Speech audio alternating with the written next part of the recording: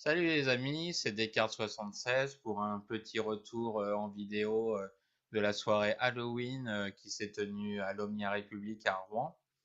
Donc il y avait la projection de 3 films de John Carpenter. Donc tout d'abord The Fog, ensuite Halloween et enfin Prince des Ténèbres.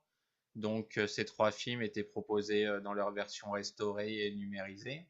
Donc avant le lancement de chaque film, il y a eu une présentation de la part de Hervé Aguillard et Jean-Marc, le projectionniste de la salle Omnia. Donc des anecdotes très intéressantes, comme vous allez pouvoir le voir. Je vous souhaite un bon visionnage et à bientôt. Salut!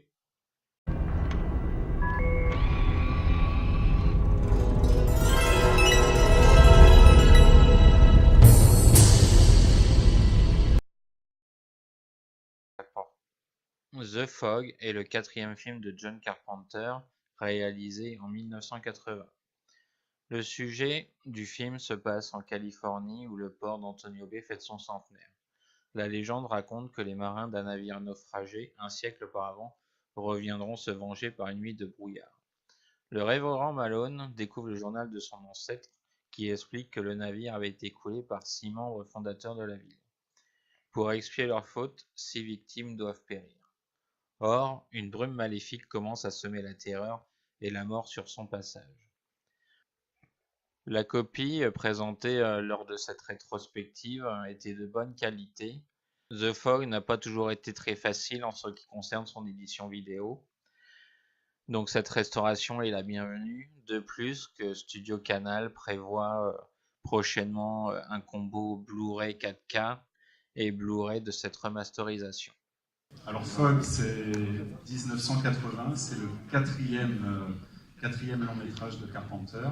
Alors ce qu'il faut dire, c'est Carpenter, d'ailleurs on peut le voir un peu quand on regarde bien ses films, à chaque fois c'est un réalisateur indépendant, il a été très très peu suivi par des grosses majors, par des gros studios.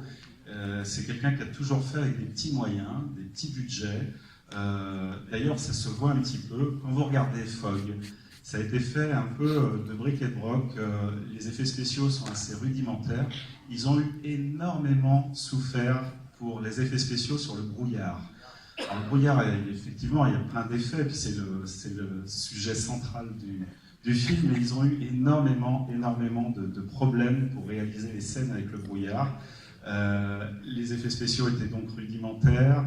Vous allez voir aussi tout ce rythme qui est très lent. La violence n'est jamais vraiment apparente, elle est suggérée. C'est un drôle de film, Fog, et c'est vrai qu'il a mal été perçu lorsqu'il était sorti, parce que beaucoup pensaient que Carpenter allait faire un film très violent, très gore, et effectivement, il a fait tout l'inverse. Et Carpenter aime bien surprendre un peu le public, et Fog est un film comme ça, assez surprenant, alors, qui est surtout d'une très belle beauté visuelle. Mais Fog, à vrai dire, moi j'adore ce film, mais vraiment, j'adore ce film.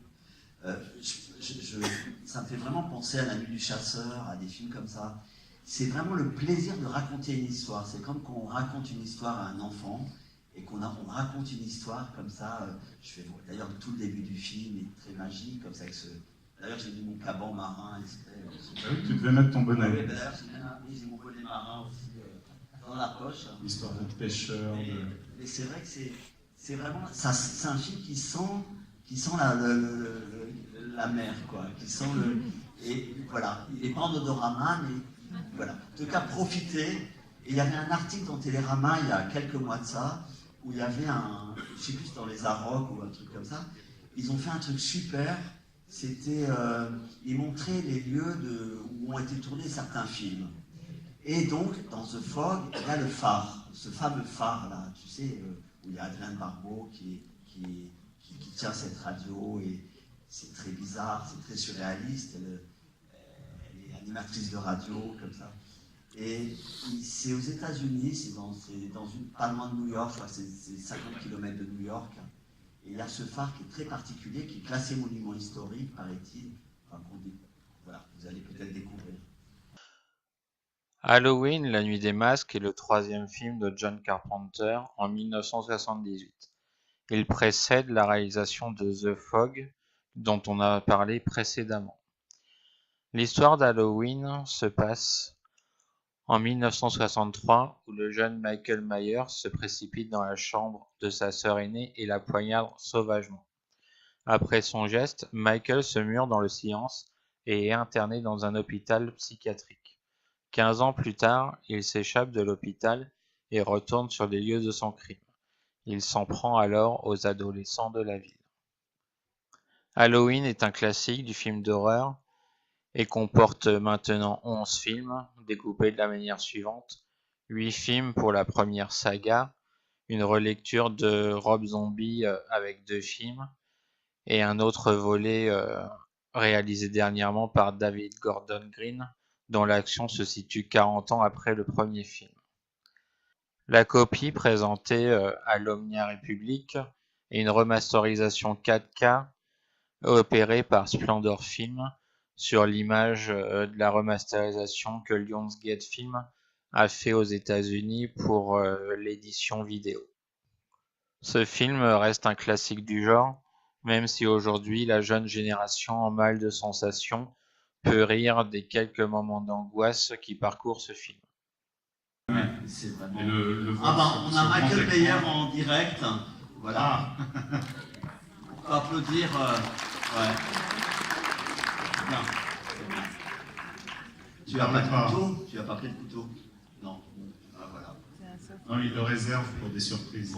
Peut-être. Moi, je me mets pas, je me mets derrière. Tu vois.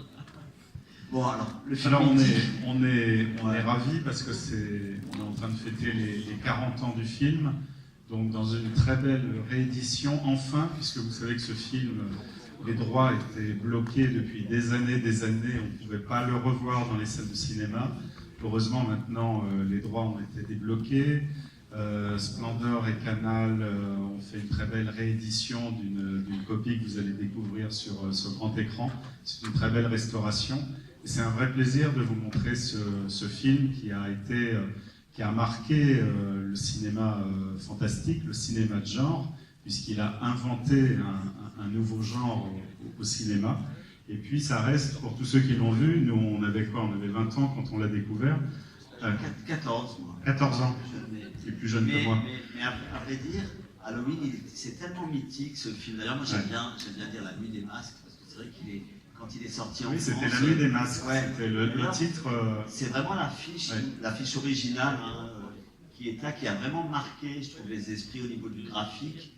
Elle était super intéressante cette affiche parce qu'elle, je sais pas, elle avait un ton un peu novateur et un peu nouveau en tous les cas sur la manière d'appréhender le cinéma. Après, il y a eu énormément de films sur le.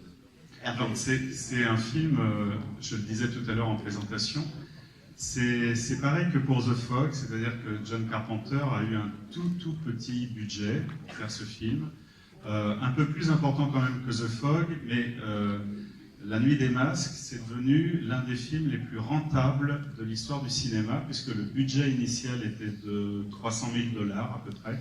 Il en a rapporté 47 millions et 70 millions dans le monde. Donc voilà, ça a été... Mais ce qu'il faut dire, c'est que le film n'a pas eu un succès tout de suite partout. Par exemple, en France, quand il est sorti en 1979, le film n'a fait que 284 000 entrées. C'est-à-dire que le film il s'est installé au fil du temps. Et c'est beaucoup par... à l'époque, on parlait de vidéo, donc les sorties vidéo, que le film est devenu culte au fil des ans auprès de toute une génération. Et puis Hervé, il y avait aussi le Festival d'Avoriaz, qui était un festival quand même assez mythique, qui était un festival important, qui avait été monté par Lionel Souchon, qui avait monté le Festival de Deauville d'ailleurs aussi, et qui était un festival très important où on a révélé énormément de cinéastes.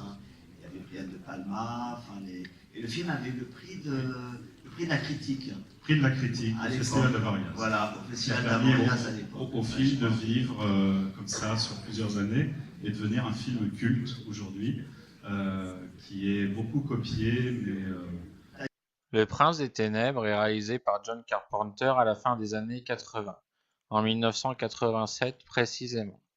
Ce film raconte l'histoire d'un prêtre et d'un groupe de scientifiques qui viennent étudier un mystérieux cylindre de verre enfermé dans la crypte d'une église de la banlieue de Los Angeles.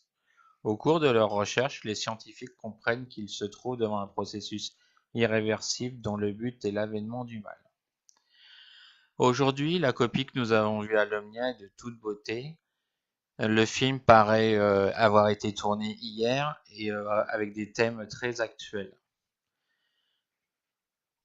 Le Prince des Ténèbres fustige l'Amérique de Ronald Reagan à la même manière qu'un autre film de John Carpenter, Invasion Los Angeles.